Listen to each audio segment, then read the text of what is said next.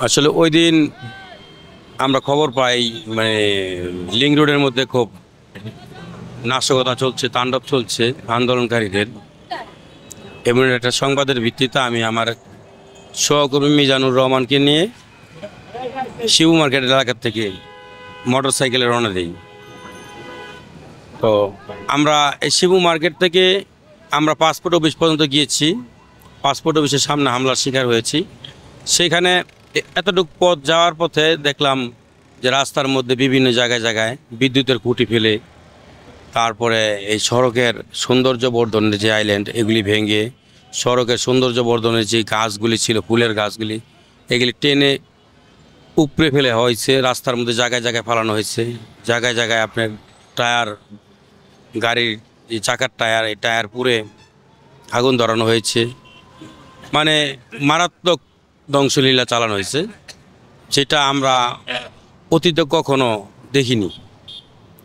তো এমন এইসব বিষয়গুলি আমি অ্যাকচুয়ালি মোবাইলে ভিডিও করতে করতে যাচ্ছি। এই ধ্বংসলীলাগুলি যখন পাসপোর্ট অফিসের সামনে যাই, ঠিক ওই মুহূর্তে প্রায় 25 থেকে 30 জন ছেলে পেলে বিভিন্ন বয়সের, হাতের মধ্যে লোহার রড, তারপরে পাইপ, এসএস পাইপ, লাঠি, তারপর ধারালো অস্ত্র ছিল, এগুলি নিয়ে আমাদের উপরে চারিদিক ঘিরে ফেলার পরে আমরা বারবার পরিচয় দিই সাংবাদিক কথা শুনে আরও উত্তেজিত বেশি হয়। তো এক এক সময় তারা এক এক ধরনের কথা বলছে। কেউ বলছে যে সাংবাদিক না পুলিশের লোক, আবার সরকারি লোক, এই ধরনের কথা বলছে। তারপর আবার বলছে সাংবাদিকতা কেন করস, মানে বিভিন্ন ধরনের কথাবার্তা বলে আমাদের উপর আক্রমণ করতেছে। তো আমাকে যখন আমার মাথার মধ্যে হেলমেট পরানো ছিল, যখন আমাকে দুইটি বাড়ি দিছে সিলাই রেঞ্জ দিয়ে, আমার দুইটা বাড়ি এই হাত দিয়ে আমি ঠেকানোর পরে আমি এই হাত মারাত্মক চোট পাই সিলাই রেঞ্জের।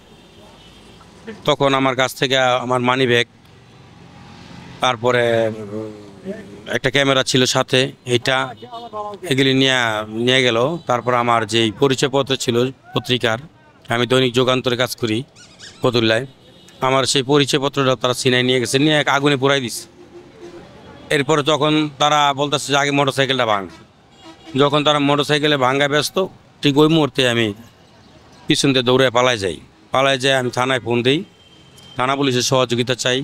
ঠিক ওই মুহূর্তে তো আরও বিভিন্ন জায়গায় এমন সংঘর্ষ চলছে, তাৎক্ষণিক থানা পুলিশ আমাদের সহযোগিতা করতে পারে নাই।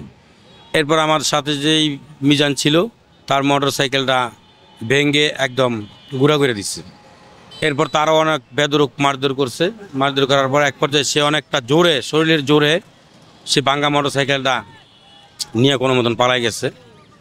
তা আমরা দেখলাম যে সেখানে যারা এই তাণ্ডব লীলা চালাইছে তারা আসলে ছাত্র না, তারা বিভিন্ন মানে টোকাই শ্রেণীর লোকজন। তাদের উদ্দেশ্যটা ছিল এই তাণ্ডবের পাশাপাশি লুট করা, ছিনতাই করা, ডাকাতি করা, এই ধরনেরই ছিল। তা আমরা এর বিচার চাই, মাননীয় প্রধানমন্ত্রীর কাছে আমরা বিচার চাই, আমাদের যেন এই বর্বর হামলার বিচার করা হয় এবং বাংলাদেশের সব সাংবাদিক যেন নিরাপত্তা পায় সংবাদ সংগ্রহের জন্য।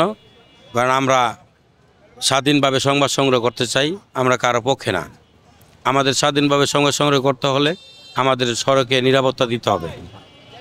যারা এই হামলাকারী তাদের দৃষ্টান্তমূলক শাস্তি চাই। যারা এই হামলাটা করেছে এবং এই যারা পাসপোর্ট অফিসে, পিবিআই অফিসে, সরকারি বেসরকারি বিভিন্ন প্রতিষ্ঠানে হামলা চালিয়েছে, আসলে তাদের মধ্যে